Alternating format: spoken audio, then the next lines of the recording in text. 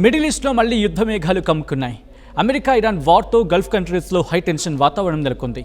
Iran దాడుల కారణంగా యుద్ధంతో ఏమాత్రం సంబంధం లేకపోయినా గల్ఫ్ దేశాలు తీవ్రంగా నష్టపోతూ ఉన్నాయి. అక్షరాల లక్షల కోట్ల రూపాయల భారీ నష్టం వాటిల్లుతోంది. తాజాగా దుబాయ్లో ఒక భారీ ఆయిల్ ట్యాంకర్పై జరిగిన దాడితో ఒక్కసారిగా 1,00,000 కోట్ల లాస్ జరిగింది. భద్రతా కారణాల దృష్ట్యా కువైట్ ఎయిర్పోర్ట్ నుంచి అన్ని విమానాలను అత్యవసరంగా నిలిపివేశారు.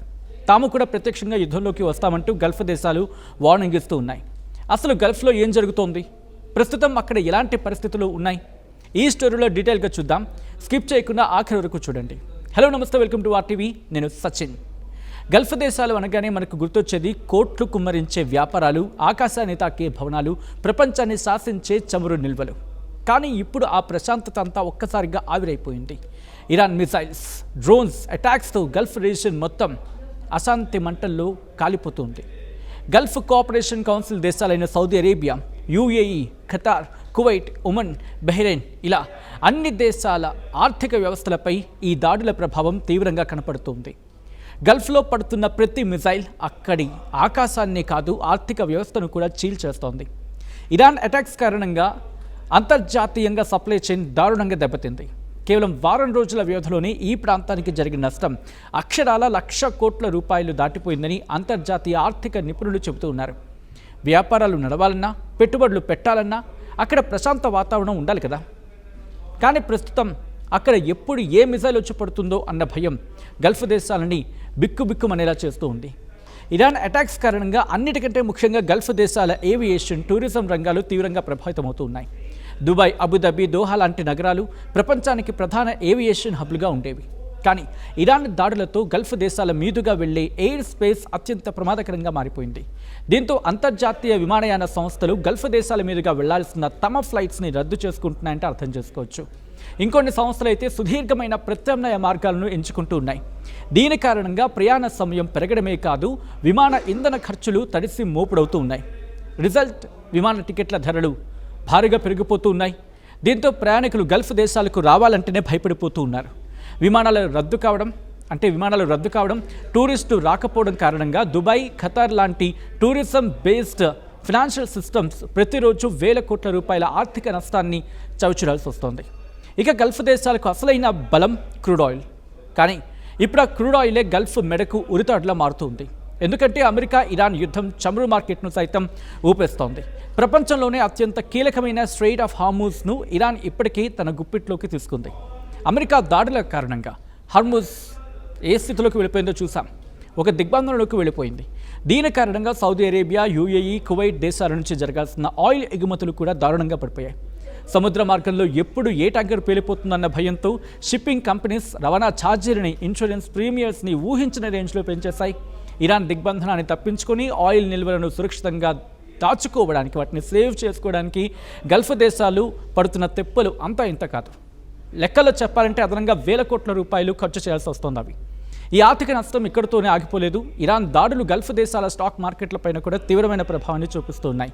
యుద్ధం స్టార్ట్ అయినప్పటి నుంచి ఇప్పటి వరకు సౌదీ, దుబాయ్ వీళ్ళ financial market, Abu Dhabi securities exchange ఈ సూచీలు భారీగా పతనమవుతూ ఉన్నాయి. కేవలం కొన్ని సెకండ్స్లోనే ఇన్వెస్టర్ల సంపద లక్షల కోట్లు ఆవిరైపోతూ ఉంది. దీంతో గ్లోబల్ ఇన్వెస్టర్లు కూడా గల్ఫ్ మార్కెట్లో పెట్టిన పెట్టుబడులను వెనక్కి తీసేసుకుంటున్నారు. యుద్ధం వల్ల తమ డబ్బు ఎక్కడ మునిగిపోతుందో, ఎక్కడ పోతుందో అని చెప్పి విదేశీ కంపెనీలు ఇక్కడి ప్రాజెక్టులను హోల్డ్లో పెడుతూ ఉన్నాయి. కొత్త పెట్టుబడులు రావట్లేదు, ఉన్న పెట్టుబడులు తరలిపోతున్నాయి. దీంతో గల్ఫ్ పాలకులకు పెద్ద తలనొప్పిగా మారింది ఈ వ్యవహారం. ఒకవైపు యుద్ధ భయం, ఇంకోవైపు పెట్టుబడులు పారిపోవడం గల్ఫ్ దేశాలను ఉక్కిరిబిక్కిరి చేస్తూ ఉంది. ఇక ఈ గల్ఫ్ సంక్షోభం కేవలం ఆయా దేశాలకు మాత్రమే పరిమితం కాలేదు, భారత్పై కూడా తీవ్రంగా ఉంది. ఎందుకంటే గల్ఫ్ దేశాల్లో దాదాపు 85 లక్షల మందికి పైగా భారతీయులు అక్కడ సెటిల్ అయి ఉన్నారు. అందులో తెలుగు రాష్ట్రాల ప్రజలు కూడా పెద్ద సంఖ్యలో ఉన్నారు. ఇరాన్ దెబ్బతో అక్కడి కంపెనీలు నష్టాన్ని చవిచూస్తే మొదటి దెబ్బ పడేది ఉద్యోగాలపైనే. కొత్త ఉద్యోగాల నియామకాలు నిలిచిపోతాయి, జీతాల కోతుంటుంది, లే ఆఫ్స్ భారీగా పెరిగే అవకాశం ఉంటుంది. అంతేకాదు గల్ఫ్ నుంచి భారత్కు వచ్చే రెమిటెన్స్ కూడా భారీగా పడిపోయే అవకాశం ఉంటుంది. ఇక్కడ రెమిటెన్స్ ఏంటంటే, ఇప్పుడు ఫర్ సపోజ్ ఇక్కడి నుంచి ఎవరైనా అక్కడికి వెళ్ళారు, గల్ఫ్ దేశాలకు వెళ్ళారు, వాళ్ళు అక్కడి నుంచి డబ్బులు పంపిస్తారు కదా, ఆ డబ్బులు సంబంధించి కొంచెం ఎంత అవుతుందో మన భారత్కు ఉపయోగపడుతుంది కదా, రెమిటెన్స్ అంటూ ఉంటారు దాన్ని. అది తగ్గిపోతుంది, ఇంకా చెప్పాలంటే భారీగా పడిపోతుంది. సో ఈ పరిణామాల నేపథ్యంలో ఇరాన్పై అరబ్ కంట్రీస్ అధినేతలు తీవ్రంగా రగిలిపోతున్నారు. అమెరికా అధ్యక్షుడు ట్రంప్ చేష్టలతో తాము బలిపశువులు అవుతున్నామని ఆందోళన వ్యక్తం చేస్తూ ఉన్నారు. వాళ్ళు బాగున్నారు, వీళ్ళు బాగున్నారు, మధ్యలో మనకే నష్టం అంటూ గల్ఫ్ దేశాల అధినేతలు, అరబ్ నేతలు తీవ్ర ఆవేదన వ్యక్తం చేస్తున్నారు. ఒకవేళ పరిస్థితి ఇలాగే కంటిన్యూ అయితే తాము కూడా ప్రత్యక్షంగా యుద్ధంలోకి దిగుతామంటూ గల్ఫ్ దేశాలు వార్నింగ్ ఇస్తూ ఉన్నాయి. ఇంకోవైపు గల్ఫ్ దేశాలు అనుభవిస్తున్న ఈ భారీ ఆర్థిక నష్టం కేవలం ఆరంభం మాత్రమేనని విశ్లేషకుల అభిప్రాయం. ఒకవేళ ఇరాన్ దాడులను ఆపకపోతే రాబోయే రోజుల్లో గల్ఫ్ దేశాలు కోలుకోలేని ఆర్థిక సంక్షోభంలో మునిగిపోవడం ఖాయమని హెచ్చరిస్తూ ఉన్నాయి. మరి రాబోయే రోజుల్లో పరిస్థితి ఎలా ఉండబోతుంది అనేది ఉత్కంఠగా మారింది. ఈ అంశానికి సంబంధించి మీ అభిప్రాయం ఏంటో కామెంట్ చేయండి. మిడిల్ ఈస్ట్లో మళ్లీ యుద్ధ మేఘాలు కమ్ముకున్నాయి. అమెరికా ఇరాన్ వార్తో గల్ఫ్ కంట్రీస్లో హై టెన్షన్ వాతావరణం నెలకొంది.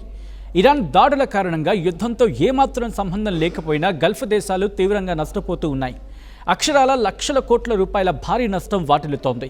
తాజాగా దుబాయ్లో ఒక భారీ ఆయిల్ ట్యాంకర్పై జరిగిన దాడితో ఒక్కసారిగా 1,00,000 కోట్ల లాస్ జరిగింది. భద్రతా కారణాల దృష్ట్యా కువైట్ ఎయిర్పోర్ట్ నుంచి అన్ని విమానాలను అత్యవసరంగా నిలిపివేశారు. తాము కూడా ప్రత్యక్షంగా యుద్ధంలోకి వస్తామంటూ గల్ఫ్ దేశాలు వార్నింగ్ ఇస్తూ ఉన్నాయి. అసలు గల్ఫ్లో ఏం జరుగుతోంది, ప్రస్తుతం అక్కడ ఎలాంటి పరిస్థితులు ఉన్నాయి, ఈ స్టోరీలో డీటెయిల్గా చూద్దాం. స్కిప్ చేయకుండా ఆఖరి వరకు చూడండి. హలో, నమస్తే, వెల్కమ్ టు RTV. నేను సచిన్. గల్ఫ్ దేశాలు అనగానే మనకు గుర్తొచ్చేది కోట్లు కుమ్మరించే వ్యాపారాలు, ఆకాశాన్ని తాకే భవనాలు, ప్రపంచాన్ని శాసించే చమురు నిల్వలు. కానీ ఇప్పుడు ఆ ప్రశాంతత అంతా ఒక్కసారిగా ఆవిరైపోయింది. ఇరాన్ మిసైల్స్, డ్రోన్స్ అటాక్స్తో గల్ఫ్ రీజియన్ మొత్తం అశాంతి మంటల్లో కాలిపోతుంది. గల్ఫ్ కోఆపరేషన్ కౌన్సిల్ దేశాలైన Saudi Arabia, UAE, Qatar, Kuwait, Oman, Bahrain ఇలా అన్ని దేశాల ఆర్థిక వ్యవస్థలపై ఈ దాడుల ప్రభావం తీవ్రంగా కనపడుతుంది. గల్ఫ్లో పడుతున్న ప్రతి మిసైల్ అక్కడి ఆకాశాన్నే కాదు, ఆర్థిక వ్యవస్థను కూడా చీల్చేస్తోంది. ఇరాన్ అటాక్స్ కారణంగా అంతర్జాతీయంగా సప్లై చైన్ దారుణంగా దెబ్బతింది. కేవలం వారం రోజుల వ్యవధిలోనే ఈ ప్రాంతానికి జరిగిన నష్టం అక్షరాల 1,00,000 కోట్ల రూపాయలు దాటిపోయిందని అంతర్జాతీయ ఆర్థిక నిపుణులు చెబుతూ ఉన్నారు. వ్యాపారాలు నడవాలన్నా, పెట్టుబడులు పెట్టాలన్నా అక్కడ ప్రశాంత వాతావరణం ఉండాలి కదా. కానీ ప్రస్తుతం అక్కడ ఎప్పుడు ఏ మిసైల్ వచ్చి పడుతుందో అన్న భయం గల్ఫ్ దేశాలని బిక్కుబిక్కుమనేలా చేస్తూ ఉంది. ఇరాన్ అటాక్స్ కారణంగా అన్నిటికంటే ముఖ్యంగా గల్ఫ్ దేశాల ఏవియేషన్, టూరిజం రంగాలు తీవ్రంగా ప్రభావితమవుతూ ఉన్నాయి. దుబాయ్, అబుదాబి, దోహా లాంటి నగరాలు ప్రపంచానికి ప్రధాన ఏవియేషన్ హబ్లుగా ఉండేవి. కానీ ఇరాన్ దాడులతో గల్ఫ్ దేశాల మీదుగా వెళ్లే ఎయిర్ స్పేస్ అత్యంత ప్రమాదకరంగా మారిపోయింది. దీంతో అంతర్జాతీయ విమానయాన సంస్థలు గల్ఫ్ దేశాల మీదుగా వెళ్లాల్సిన తమ ఫ్లైట్స్ని రద్దు చేసుకుంటున్నాయంటే అర్థం చేసుకోవచ్చు. ఇంకొన్ని సంస్థలు అయితే సుదీర్ఘమైన ప్రత్యామ్నాయ మార్గాలను ఎంచుకుంటూ ఉన్నాయి. దీని కారణంగా ప్రయాణ సమయం పెరగడమే కాదు, విమాన ఇంధన ఖర్చులు తడిసి మోపుడవుతూ ఉన్నాయి. రిజల్ట్, విమాన టికెట్ల ధరలు భారీగా పెరిగిపోతూ ఉన్నాయి. దీంతో ప్రయాణికులు గల్ఫ్ దేశాలకు రావాలంటేనే భయపడిపోతూ ఉన్నారు. విమానాలు రద్దు కావడం, టూరిస్టు రాకపోవడం కారణంగా దుబాయ్, ఖతార్ లాంటి టూరిజం బేస్డ్ ఫినాన్షియల్ సిస్టమ్స్ ప్రతిరోజు వేల కోట్ల రూపాయల ఆర్థిక నష్టాన్ని చవిచూడాల్సి వస్తోంది. ఇక గల్ఫ్ దేశాలకు అసలైన బలం క్రూడ్ ఆయిల్. కానీ ఇప్పుడు ఆ క్రూడ్ ఆయిలే గల్ఫ్ మెడకు ఉరితాడులా మారుతుంది. ఎందుకంటే అమెరికా ఇరాన్ యుద్ధం చమురు మార్కెట్ను సైతం ఊపేస్తోంది. ప్రపంచంలోనే అత్యంత కీలకమైన స్ట్రెయిట్ ఆఫ్ హార్ముజ్ను ఇరాన్ ఇప్పటికీ తన గుప్పిట్లోకి తీసుకుంది. అమెరికా దాడుల కారణంగా హార్ముజ్ ఏ స్థితిలోకి వెళ్ళిపోయిందో చూసాం. ఒక దిగ్బంధంలోకి వెళ్ళిపోయింది. దీని కారణంగా సౌదీ అరేబియా, UAE, కువైట్ దేశాల నుంచి జరగాల్సిన ఆయిల్ ఎగుమతులు కూడా దారుణంగా పడిపోయాయి. సముద్ర మార్గంలో ఎప్పుడు ఏ ట్యాంకర్ పేలిపోతుందన్న భయంతో షిప్పింగ్ కంపెనీస్ రవాణా ఛార్జీలని, ఇన్సూరెన్స్ ప్రీమియర్స్ని ఊహించిన రేంజ్లో పెంచేశాయి. ఇరాన్ దిగ్బంధనాన్ని తప్పించుకొని ఆయిల్ నిల్వలను సురక్షితంగా దాచుకోవడానికి, వాటిని సేవ్ చేసుకోవడానికి గల్ఫ్ దేశాలు పడుతున్న తెప్పలు అంతా ఇంత కాదు. లెక్కలో చెప్పాలంటే అదనంగా వేల కోట్ల రూపాయలు ఖర్చు చేయాల్సి వస్తుంది. అవి ఈ ఆర్థిక నష్టం ఇక్కడితోనే ఆగిపోలేదు. ఇరాన్ దాడులు గల్ఫ్ దేశాల స్టాక్ మార్కెట్లపైన కూడా తీవ్రమైన ప్రభావాన్ని చూపిస్తున్నాయి. యుద్ధం స్టార్ట్ అయినప్పటి నుంచి ఇప్పటి వరకు సౌదీ, దుబాయ్ వీళ్ళ financial market, Abu Dhabi securities exchange ఈ సూచీలు భారీగా పతనమవుతున్నాయి. కేవలం కొన్ని సెకండ్స్లోనే ఇన్వెస్టర్ల సంపద లక్షల కోట్లు ఆవిరైపోతూ ఉంది. దీంతో గ్లోబల్ ఇన్వెస్టర్లు కూడా గల్ఫ్ మార్కెట్లో పెట్టిన పెట్టుబడులను వెనక్కి తీసేసుకుంటున్నారు. యుద్ధం వల్ల తమ డబ్బు ఎక్కడ మునిగిపోతుందో, ఎక్కడ పోతుందో అని చెప్పి విదేశీ కంపెనీలు ఇక్కడి ప్రాజెక్టులను హోల్డ్లో పెడుతూ ఉన్నాయి. కొత్త పెట్టుబడులు రావట్లేదు, ఉన్న పెట్టుబడులు తరలిపోతున్నాయి. దీంతో గల్ఫ్ పాలకులకు పెద్ద తలనొప్పిగా మారింది వ్యవహారం. ఒకవైపు యుద్ధ భయం, ఇంకోవైపు పెట్టుబడులు పారిపోవడం గల్ఫ్ దేశాలను ఉక్కిరిబిక్కిరి చేస్తూ ఉంది. ఇక ఈ గల్ఫ్ సంక్షోభం కేవలం ఆయా దేశాలకు మాత్రమే పరిమితం కాలేదు, భారత్పై కూడా తీవ్రంగా ఉంది. ఎందుకంటే గల్ఫ్ దేశాల్లో దాదాపు 85 లక్షల మందికి పైగా భారతీయులు అక్కడ సెటిల్ అయి ఉన్నారు. అందులో తెలుగు రాష్ట్రాల ప్రజలు కూడా పెద్ద సంఖ్యలో ఉన్నారు. ఇరాన్ దెబ్బతో అక్కడి కంపెనీలు నష్టాన్ని చవిచూస్తాయి. మొదటి దెబ్బ పడేది ఉద్యోగాలపైనే. కొత్త ఉద్యోగాల నియామకాలు నిలిచిపోతాయి, జీతాల కోతుంటుంది, లే ఆఫ్స్ భారీగా పెరిగే అవకాశం ఉంటుంది.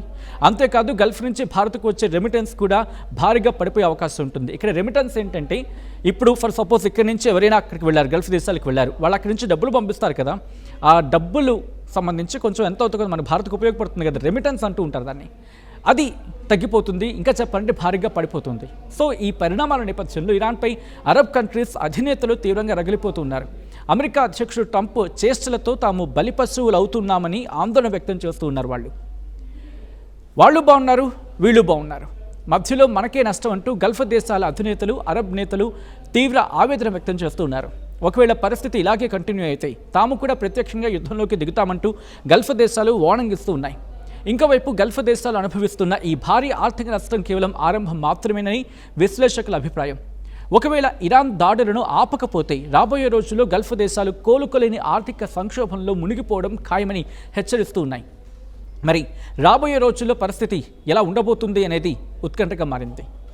ఈ అంశానికి సంబంధించి మీ అభిప్రాయం ఏంటో కామెంట్ చేయండి.